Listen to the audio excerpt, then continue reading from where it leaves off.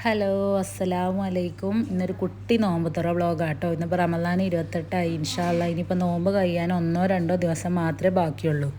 ഞങ്ങളിവിടെ ഖത്തറിൽ വിസിറ്റ് വിസയിൽ വന്നതാണ്. അപ്പോൾ ഹസ്ബൻഡിൻ്റെ സിസ്റ്ററും ഫാമിലിയൊക്കെ ഇവിടെ ഉണ്ട്. ഓരോ വീട്ടിൽ വെച്ചാണ് നമ്മൾ നോമ്പ് തുറ പ്ലാൻ ചെയ്തിരിക്കുന്നത്. ഞങ്ങൾ നോമ്പിൻ്റെ സ്റ്റാർട്ടിങ് തന്നെ പുറത്ത് പാർക്കിലോ അല്ലെങ്കിൽ ബീച്ചിലോ എവിടെയെങ്കിലുമൊക്കെ വെച്ച് കുട്ടികൾക്ക് കളിക്കും ചെയ്യുക, അവിടെ വെച്ച് നോമ്പ് തുറയൊക്കെ പ്ലാൻ ചെയ്തതായിരുന്നു.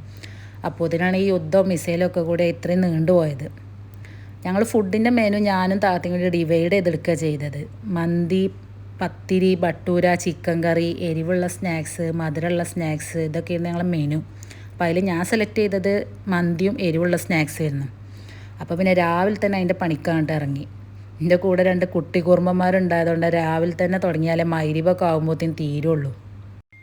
ഒരു പണി എടുത്തുകൊണ്ടിരിക്കുന്നതിൻ്റെ ഇടയിൽ 10 വട്ടം ഓരോ പ്രശ്നം തീർക്കാൻ പോകണം. ഇപ്പോൾ ഒരാൾക്ക് ഫോണും ഒരാൾക്ക് ടാബും കൊടുത്തിരുത്തിയതായിരുന്നു. അപ്പോൾ അതിലിങ്ങനെ ഇടയ്ക്കിടയ്ക്ക് ആഡ് വരുമ്പോൾ അത് മാറ്റി കൊടുക്കാനും പിന്നെ ഒരുവിധം കാർട്ടൂണൊക്കെ കണ്ട് മതിയായതുകൊണ്ട് അതിങ്ങനെ ചേഞ്ച് ചെയ്ത് കൊടുക്കാൻ വേണ്ടി വിളിച്ചും കൊണ്ടേയിരിക്കും. അതല്ലെങ്കിൽ ഞാൻ ഇവിടെ ഒരു പണി എടുത്തുകൊണ്ട് നിൽക്കുമ്പോൾ അവിടെ ഡ്രസ്സ് വലിച്ചിടലും അതിൻ്റെ ഇടയിൽ എന്തെങ്കിലും തിന്നാൻ കൊടുത്താൽ അതുകൊണ്ട് ഈ ബെഡിലാക്കലും അവിടെ തട്ടിച്ചിന്തലും അങ്ങനെയൊക്കെ കൂടെ അവർ ഓരോ പണി ആക്കി തരും. അപ്പോൾ പിന്നെ നേരത്തെ തുടങ്ങിയാലേ വൈകുന്നേരം ആകുമ്പോഴത്തേനും തീരുള്ളൂ എന്ന് കരുതി. ആദ്യം തന്നെ ഞാൻ മന്തിക്കുള്ള ചിക്കൻ മസാല തേച്ച് ഫ്രിഡ്ജിൽ റെസ്റ്റ് ചെയ്യാൻ വെക്കാമെന്ന് കരുതി. അപ്പോൾ മന്തി ഒന്നും കൂടി ടേസ്റ്റ് കൂടുമല്ലോ. അപ്പോൾ അതിനുള്ള മസാലയൊക്കെ നല്ലപോലെ സെറ്റാക്കി വെച്ചു.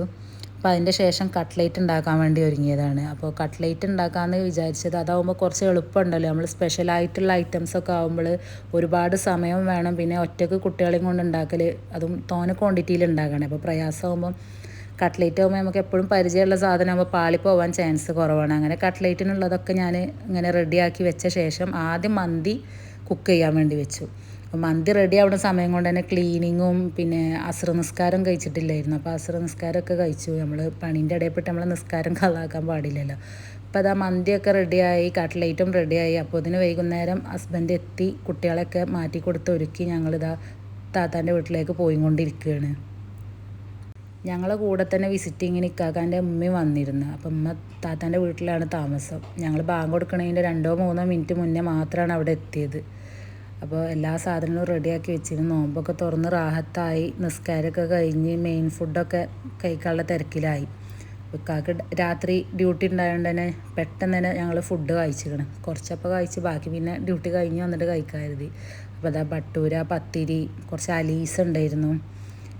അലീസ ഇഷ്ടമുള്ളവരുണ്ടോ? അത് കഴിഞ്ഞ് ഞങ്ങൾ കുട്ടികളെയും കൊണ്ട് അവിടെ തൊട്ടടുത്ത് തന്നെയുള്ള പാർക്കുണ്ട്, അവിടെ പോയി ഇരിക്കാമെന്ന് കരുതി. അപ്പോൾ താത്താക്കും കുട്ടികൾക്കൊക്കെ ഒന്ന് മൈലാഞ്ചി ഇട്ട് കൊടുക്കാൻ വേണ്ടി എന്നോട് പറഞ്ഞു. എനിക്ക് വലിയ മൈലാഞ്ചി ഇടാനൊന്നും അറിയില്ല.